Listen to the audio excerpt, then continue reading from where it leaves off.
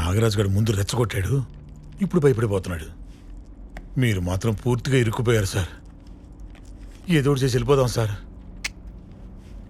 ఇప్పుడు వెళ్తే నాయకుడికి భయపడి వెళ్ళినట్టు ఉంటుంది.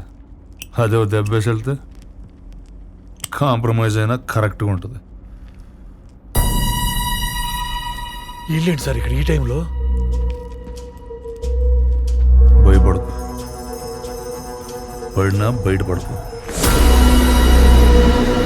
ఏంటి ముందు కోసమా? మొత్తం అంతా నీకే ఇచ్చా. ఇప్పుడు ఓన్లీ లోకల్, కావాలంటే చెక్ చేసుకో.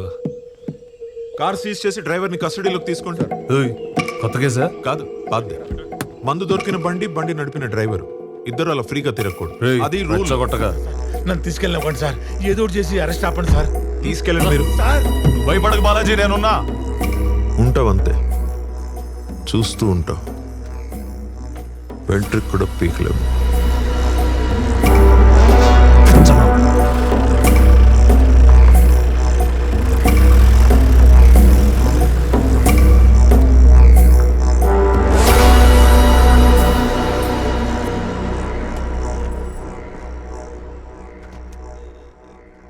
నమస్కారం.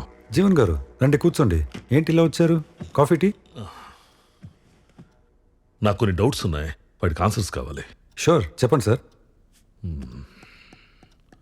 ట్రైబల్ ఏరియా నుంచి ఎవరన్నా సరుకులు కొనాలంటే ట్రైబల్ అయి ఉండాలి, లేకపోతే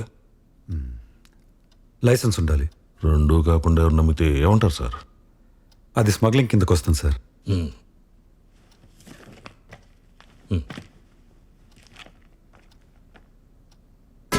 నాయక్ పెళ్ళాం, పుట్టతేనే పట్టుదారం, ఒక్క ఎర్ర చందనం తప్ప అన్నీ అమ్మేస్తుంది.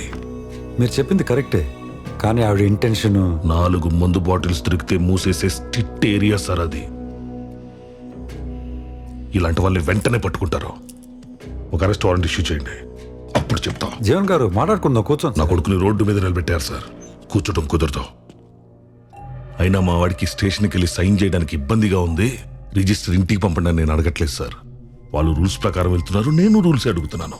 2 సార్లు గెలిచిన ఎంపీగా కాదు, ఒక సాధారణ పౌరుడిగా చేసి పెట్టండి.